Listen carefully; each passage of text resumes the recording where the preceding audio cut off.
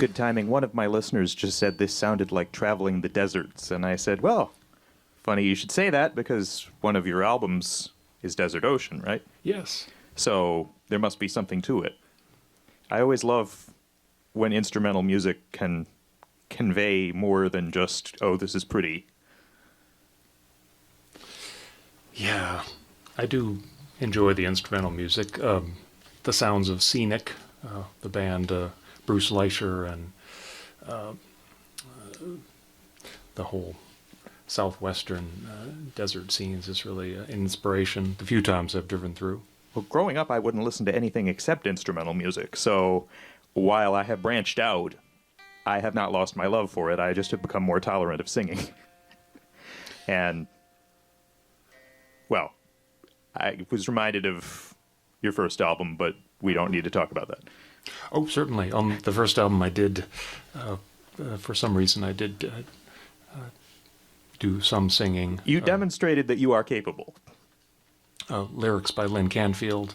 The first album did have a number of collaboration tracks. Brendan Gamble and Lynn Canfield.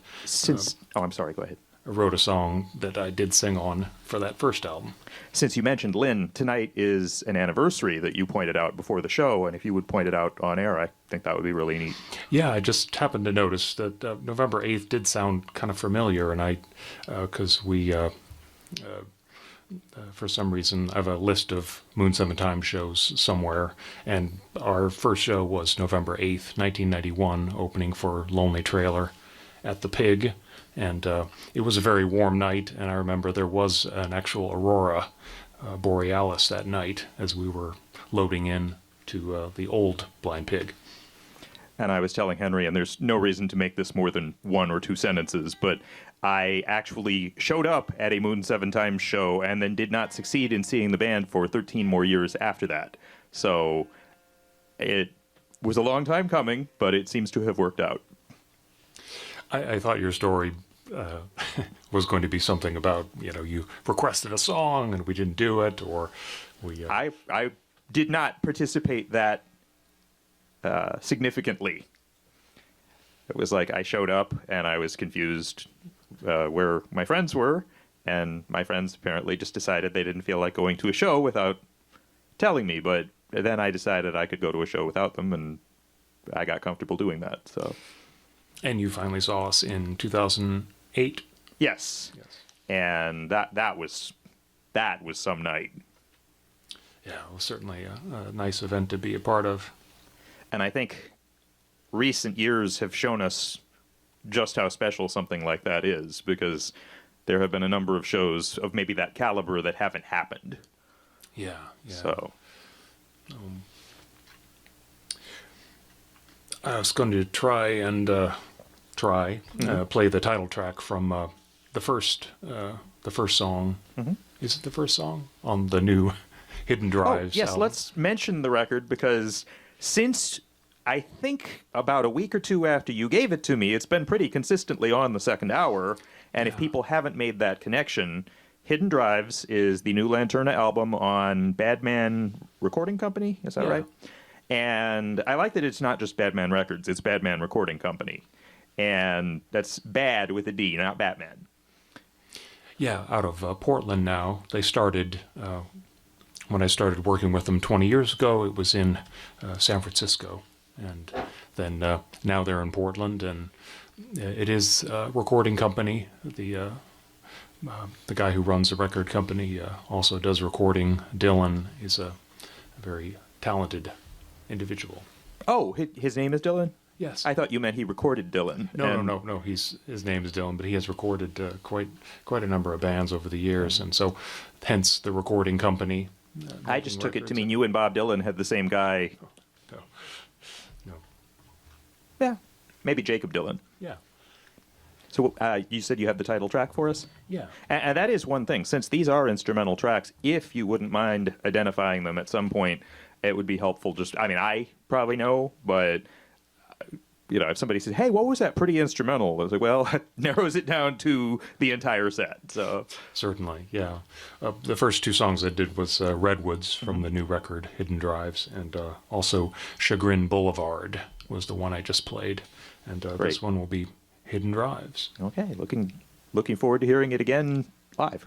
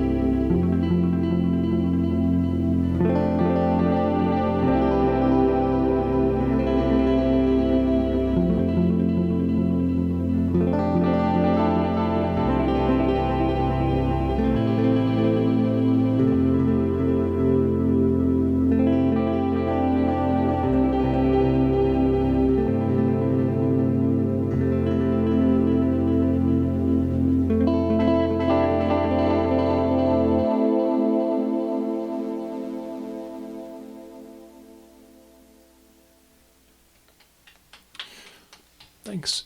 This next song is called Cupola, and it's off of the same new record, Hidden Drives. You want to tell them what it means? It is actually sort of an architectural windowed room at the top of houses that you might see around town, especially on University Avenue and places like that. In Italian, cupola also means lanterna, so it's also sort of a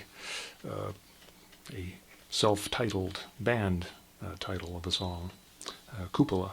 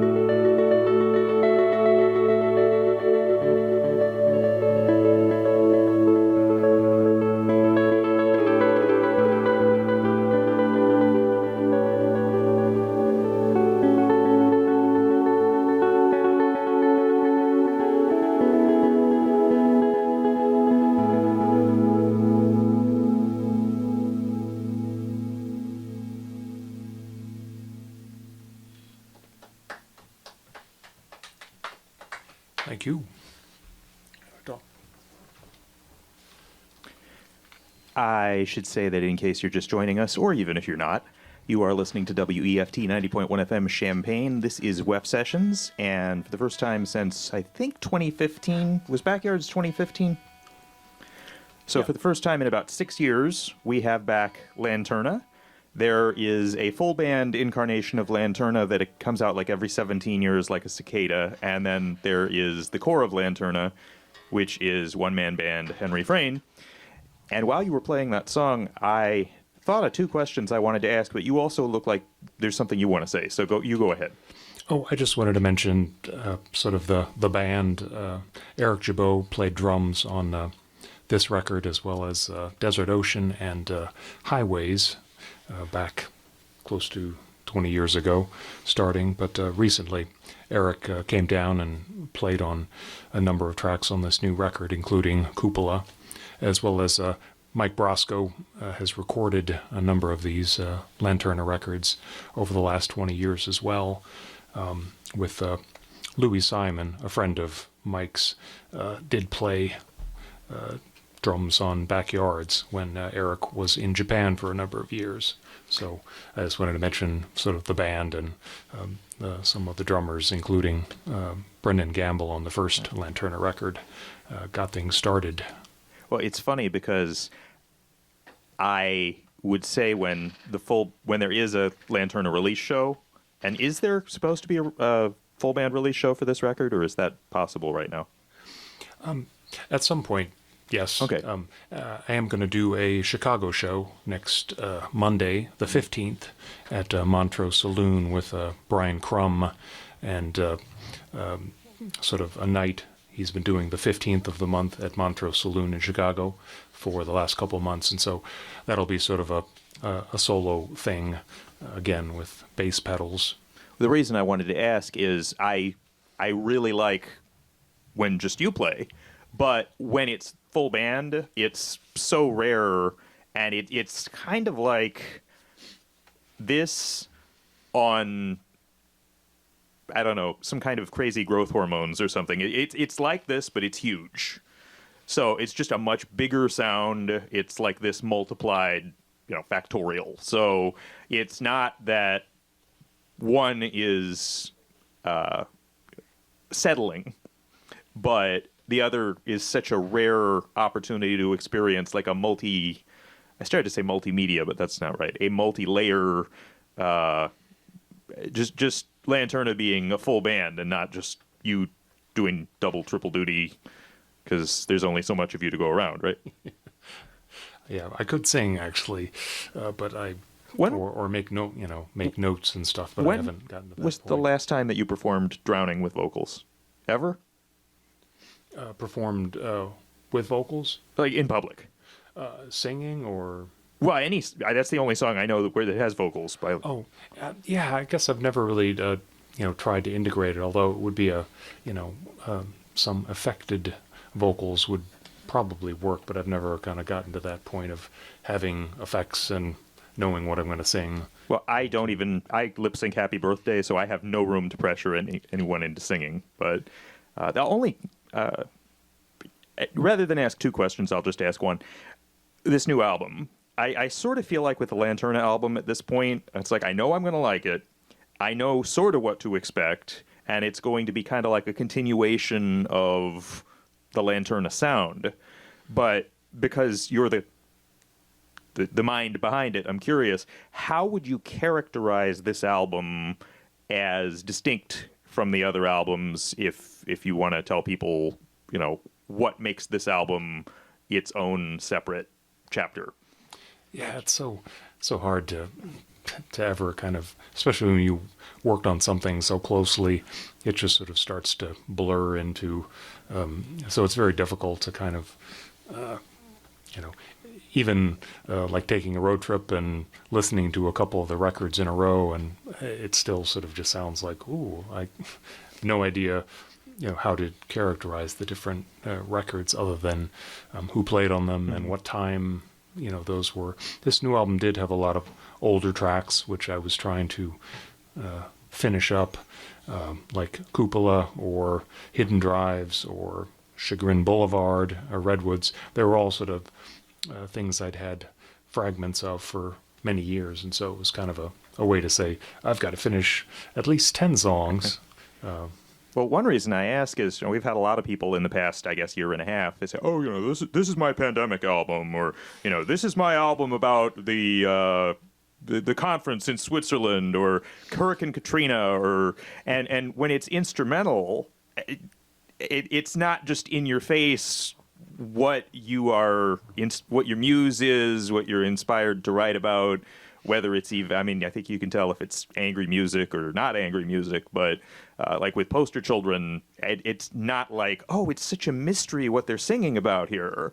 And with you, on the other hand, Hidden Drives, that's why I asked, because I don't know. Yeah, and sort of the title of the albums and the titles of the songs are the only kind of signposts that, but they are a way to kind of, it's difficult enough to title songs, and so that's all. That's where I stop, just titling a song and then doing the music and hoping that it'll go somewhere. Well, that's a thought that I'd love to revisit or better develop later, but I think we're at a good point now where if you want to go ahead with another song, you look ready, and I'm certainly eager to hear it. So, and let's bill you again. This is Lanterna by special arrangement on WEFT Sessions. Thank you. This is a song called Nice.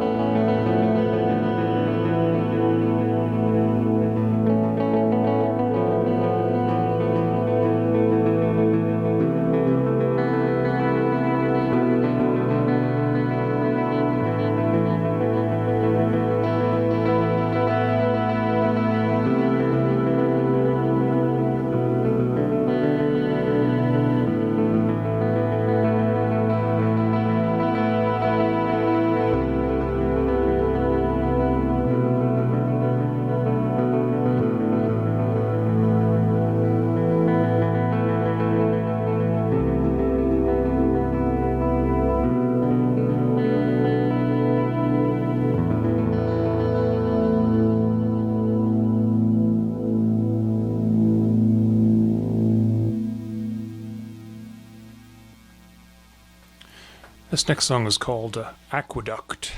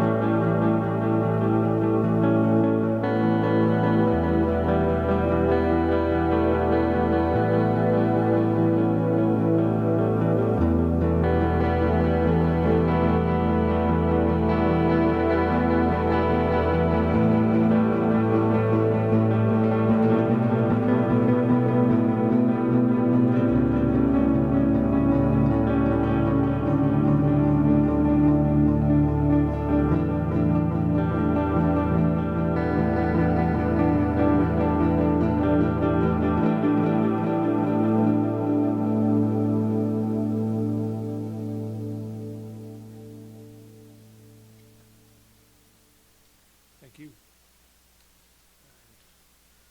This next song is called Flag, and it's short for Flagstaff. And I did spend a little bit of time in Sedona many years ago, and made a couple of trips up to Flagstaff, which is known to the locals as Flag. And if you'd like to... Oh, it just seems appropriate that the listener who compared this to The desert is listening from Arizona. Yeah. And one reason I've been playing Flag is it doesn't cut off as fast as some of the others, so I feel like it has time to establish a mood. We had a conversation about songs, I think, more than 6 minutes. We don't need to rehash it, but it stuck with me. I remember it, so it was either 5 or 6 minutes. So you always have a few songs that are a little longer. Yeah, I definitely used to write longer songs. The LP of Hidden Drives features Flag, but it is a condensed version. So in order to, hadn't really thought of doing vinyl for this record, and then suddenly realized that Badman wanted to do vinyl, and that we about had it right if we could shorten Flag by 2 parts. And so what I'm going to play tonight is actually the shortened vinyl version. But gee, if you call it the radio edit, then I'll be all over that. I Yes. need to get the digital equivalent if there is one. Yeah, it does exist, but Adam Schmidt did the special mastering for the vinyl edition of Hidden Drives, and so it really is only on the record because there is no download. The download version is the long version. Well, you know what you should do is you should call the long version Flagstaff, and you should just call the short one Flag. That's brilliant.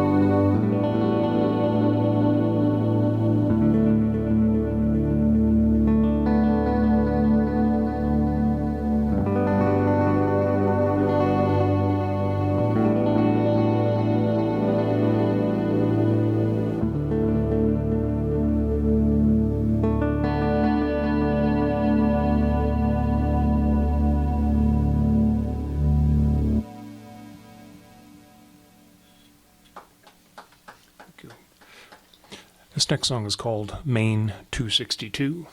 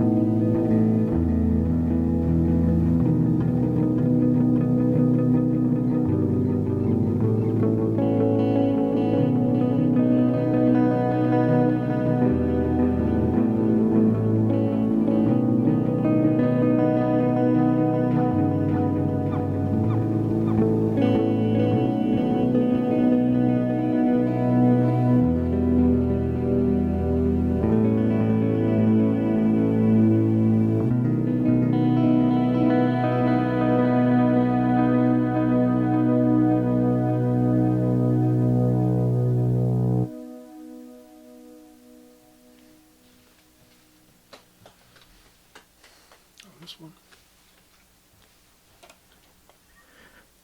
Am I remembering that there was a 3-song encore? Oh, no, I think just I'd like to play B minor. As an Okay. encore. I certainly don't want to talk you out of it, but you have time for 2 if you want. Sure. Then I'll do the West Side Highway first. Well, let me ask, do you want to talk, do you want to do our final pre-interview talk now or after the next song? I guess after the next song.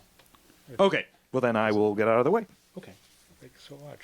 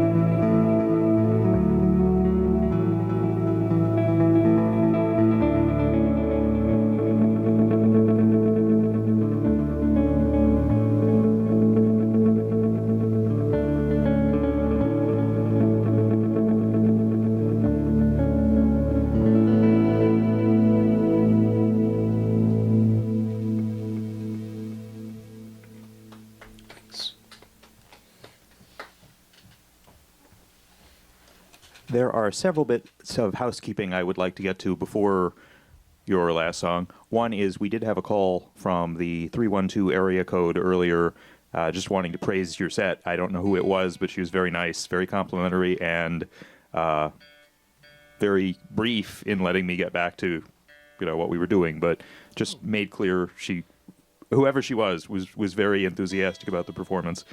And somebody, and I sort of can answer my own question here, somebody asked me if Maine 262 is so called because that's an area code, and it's Milwaukee suburbs, so I'm not sure what the Maine area code is, but 262 I don't believe goes with Maine, so would you enlighten us what the 262, what the significance of it is? Yeah, it's just highways in Maine are Maine and a number, and I was hoping there was a number for 262, but there isn't, so it's kind of an imaginary Maine highway. But it did happen to be I keep a notebook of song ideas and number them, and so it goes back to song idea 262, and I thought I would keep the number in there. Someone wondered, there is a highway near one of the towns where I spend time in Maine, Highway 131, and they were wondering if it was just double that. I like that. It's not that complicated. It was just the number of the song idea. Something I've been wanting to know since you dropped off the albums originally, and I can't believe this show is almost over and I haven't even broached the subject. A number of the songs have two versions with parentheticals after the second versions. And I just wanted to ask, I know what remixes are, I know what alternate takes are, but what exactly is the reasoning behind how would you characterize, say, the difference between Redwoods and Redwoods with the comment after it? Just wanted to sort of have Mike Brosco sort of just mix them differently without the drums, but some of the percussion, just to make a different version. And unbeknownst to me, I didn't realize that, some people would say, oh, the album's too long. I had to listen to it, and it was too long. It wouldn't be too long if Flag were one length rather than two. Yeah. But they are remixes then. Yeah, so they're just sort of an attempt to tack some other versions on. Some of the parts that sometimes kind of get down in the mix, I wanted to bring those out. And wonderful. Now, while you are doing this last song, if possible, I do have one question for Mike.